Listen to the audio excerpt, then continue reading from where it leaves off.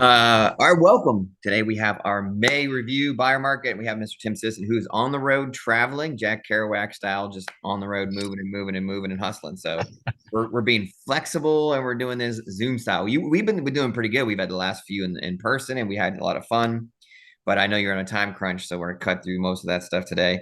Next week we're gonna postpone one of our fun new features. We're gonna start doing some dad jokes, and that's gonna be one of our cool things. We're not cool, opposite of cool things that we're gonna start doing for the entertainment of the audience. But we won't do it today because I know you're on a run.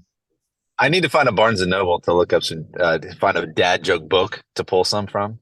Um, Barnes I have and some in my Noble. brain. Don't get me wrong. They still have Barnes and Nobles, and you're gonna find that Barnes and Noble on your BlackBerry. Is that how you gonna? That Billy, that in and of itself is a dad joke. The fact that I say that there's a Barnes and Noble and there probably isn't one. Anyway, so next week we'll do it. We'll go. There's rules. It's going to be a game or gamification a little bit. We're going to have some rules. We're going to go over all that next week. So tune in again for June because June will be just as fun. But for the sake of time, we're going to skip that today, move it into the next month. Hmm. So we are moving. Not much has changed since last month, to be honest with you. Inventory is still low. I'm sure you're seeing that kind of the same. Seeing closing help though sneak back, especially some of these dated homes and things. We're starting to see some of that. Is that kind of what you're seeing as well? I would say there's a definitive line between homes where clients are going above list price with no closing help and making all sort of concessions. It's Yeah. the really good homes that are in great shape that are going within 2 or 3 days or less versus the homes that have been on, let's say 15, 20, 30 days. There's a threshold that if a listing ages, and that's not a long time historically speaking, 30 days on market is not a long time, but in this market, that's an eternity. Forever. That's when the closing help and things of that start, those start to creep back into offers because the leverage starts to swing in the opposite direction. I mean, it makes perfect sense. It's a leverage play. So yes, you're right. On a house that needs some work and has been on the market a little while, go for it. Ask for closing help. Try to put together an offer that's a little bit more advantageous to the buyer. Absolutely. Now, so if people are in a situation, I know you have options. If they're in a situation where they can't get the closing help, but they need a little bit of assistance, I know there's some programs and I know there's some things that help people kind of come up with some without asking the seller to provide closing help. What are some of the things that you've been doing lately to help people? So the one thing that we have in Southern Maryland, of course, we have the USDA loan, which is no money down. So if you compare that with most of the time we refer to it as down payment assistance, it's really not. We call it DSELP, Maryland Mortgage Program, and some other things that you can get money for down payment and or closing cost assistance. That's sort of the anomaly where when people think down payment assistance. Well, if you have a loan that doesn't need a down payment, you get that money and you use it for your closing costs. So there are options. If you would have to, of course, be in a position of leverage, as we just mentioned, where you can use that program over and above somebody that's offering with a conventional 10% or 20% down. Of course, Yeah. the type of program sometimes becomes the only thing that loses you a deal if you're going up against somebody else that has just a standard conventional loan. So you have to be careful of that. Setting somebody up with a USDA loan with closing cost assistance, it's absolutely doable and it's available and it's a great option if you can make sure that your offer is strong in all the other facets. We've seen other people do things. I know there's grants and some programs, and I know people have done things like gift of funds, things like that too. Have you been seeing some of those lately with people? Yeah. So a lot of times I'll have that conversation with a client to say, look, uh, you're qualified, you have the income, the credit, maybe you haven't had the opportunity to save a lot of money. Ask mom, dad, brother, sister, a family member if they are willing to gift you money for your closing costs. You'd be surprised how many parents have uh, put some money aside to help their kids for weddings or whatever, and they say, you know what, if you want to use that money for this, absolutely go for it. So it's a conversation that's worth having with a parent. Of course, it's not an assumption. Sometimes they'll say, hey, can you get a gift? And people go, heck no, my parents would, they don't have the capacity. Okay, it's just we're just crossing off the boxes, Yeah. and then of course we'll fall back on the closing cost assistance if we have to. But a gift, then you're not yielding higher interest. It's basically you call it free money from your parents. There might be some guilt later, and they might bring it up at Thanksgiving, but you're not using that program that would yield higher interest. So it is a better option to get a gift, of course. Yeah. Cool. And then there's are you guys still running? I know at one point there was a grant for teachers, police, fire, and nursing, but I knew it was also like a limited situation. Are we still running? We Is that still flew a thing or they tapped out? we flew through those Food funds. back way. Oh my goodness. Yeah. Yeah, those were tapped out pretty quickly. They normally evaluate annually and they replenish. So yes, that was, and so be on the lookout. We'll certainly post about it when they replenish those funds. And what that is it's a community partners grant that is for first responders, teachers, Gotcha. community workers, basically. So firefighters, police officers, nurses, and that would give you 12.5, I believe it was, What? towards down payment and closing costs. Yeah. Yeah, that's a good one. Excellent. Yeah, that was what I was referring to. So now you also mentioned, and this is one of the things a lot of my buyers ask about and are worried about. And we talk about this frequently here too, but you've got a lot of buyers coming through that are going over on some of the nicer houses. Have you been having any appraisal issues? No, no, not at all. Crazy. This market has been pretty stabilized because of, we had maybe a 60-day dip in November and December Yeah. slightly, because interest rates spiked so quickly Yep. and buyers just sort of stopped being active. And so sellers got a little bit more aggressive with their pricing and maybe got desperate is maybe the right term to use to try to sell their house before Christmas or what have you. But as soon as January 1st rolled around, all of a sudden it stabilized and now we're very competitive. So the comps are most of the time supported in these situations. I haven't had any appraisal issues.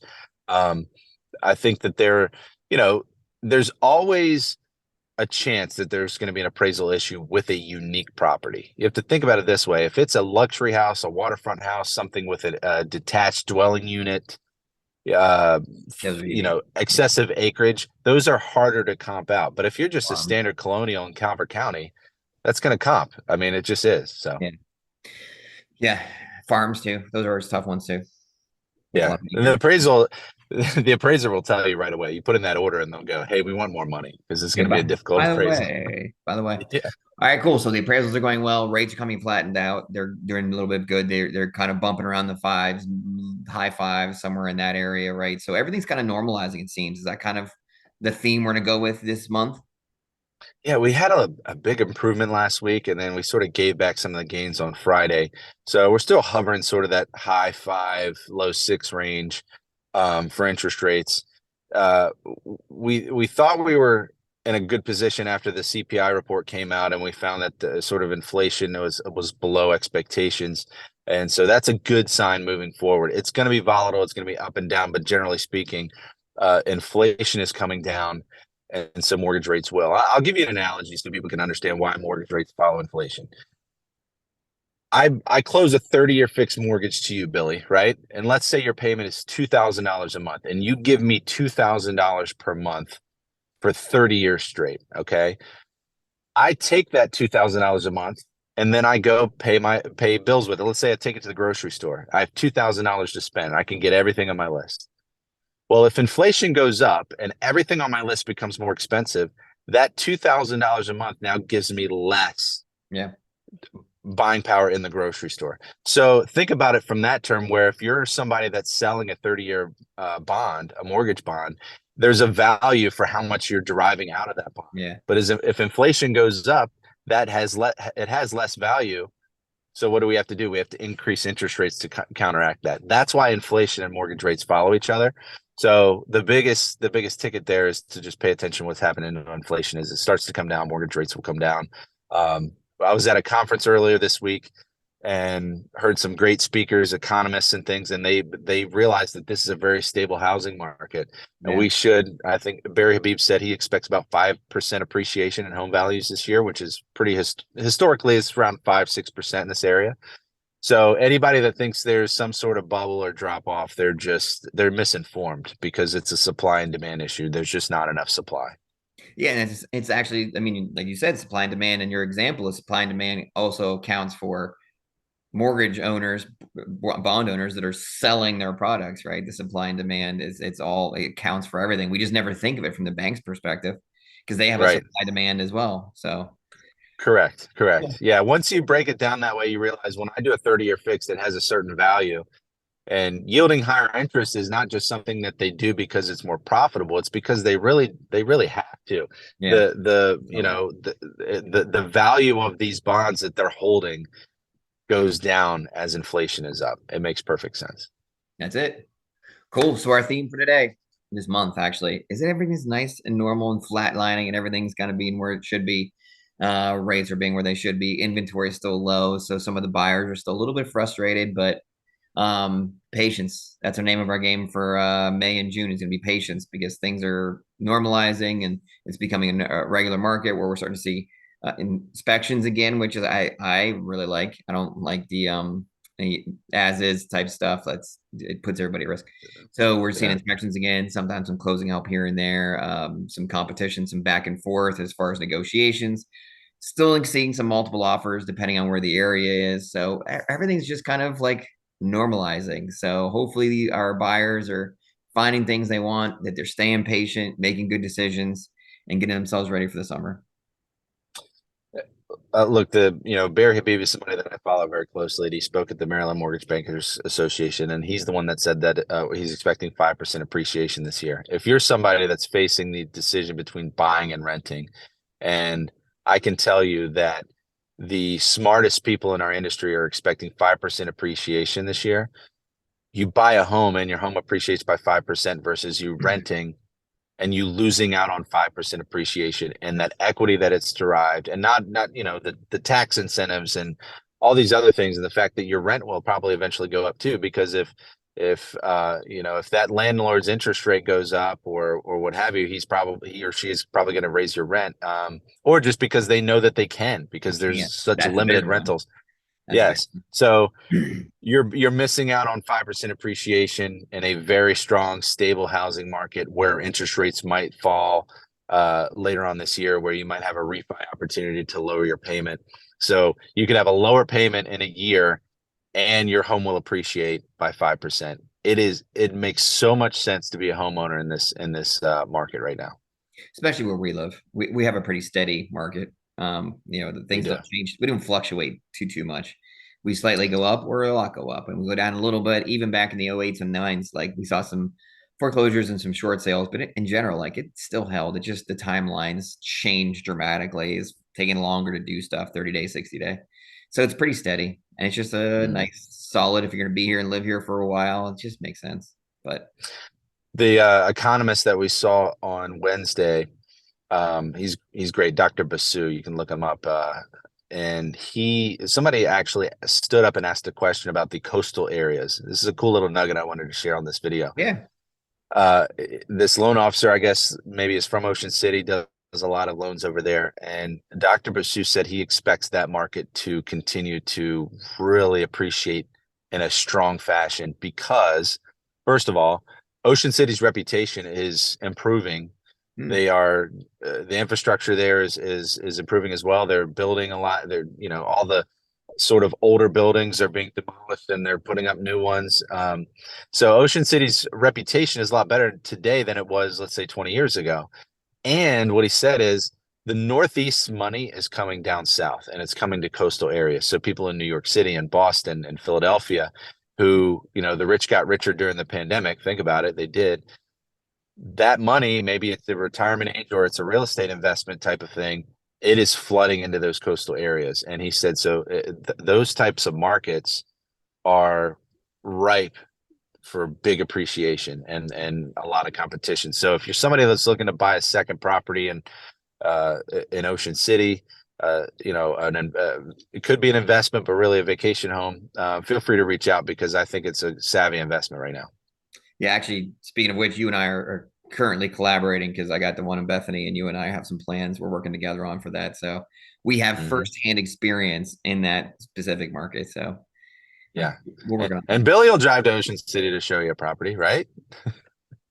Maybe, maybe, or maybe I know a guy there. I know a guy that knows a guy. There you go. That's even That's more better. likely. I got a guy over there that actually it's funny is my wife grew up with him. They're friends and they've grown up forever. And he's lived in Ocean City his whole life. So we do know people over in that area that will very specifically help you. So Good. Good. anywhere and everywhere. We're all Awesome. over. We're everywhere, Tim. We're everywhere. I certainly am. Look at where I blurred out the car seats behind me. I got one in car seat, one in not. And that changes your life because you just hop in the car without like doing all the buckling and all the stuff. So it's someday you'll get there and it's like pretty fun. But look, Lucas is getting he's big, right? So he may get faster than Yeah, he still wants us to. He can do it, but he just sometimes refuses, and we have to do it for him. You know. he seems to be kind of like Keegan, where like he got a little bit bigger and his knees were up here, and we're like, probably should get rid of the car seat.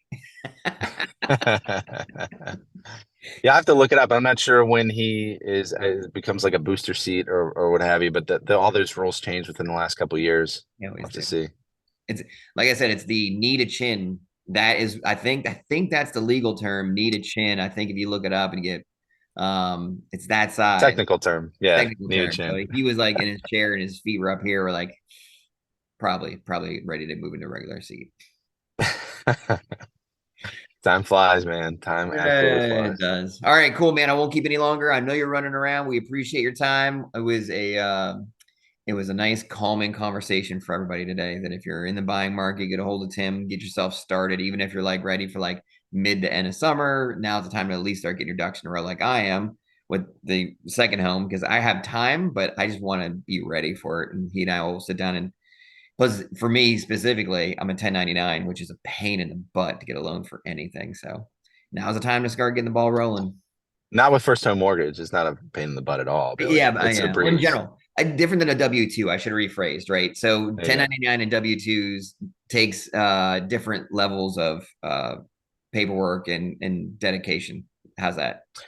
But if you have a competent loan officer who knows how to digest a 1099 and self-employed income, There you go. it's nothing to worry about, So right? that's why I picked him. There you go. He knows what he's doing.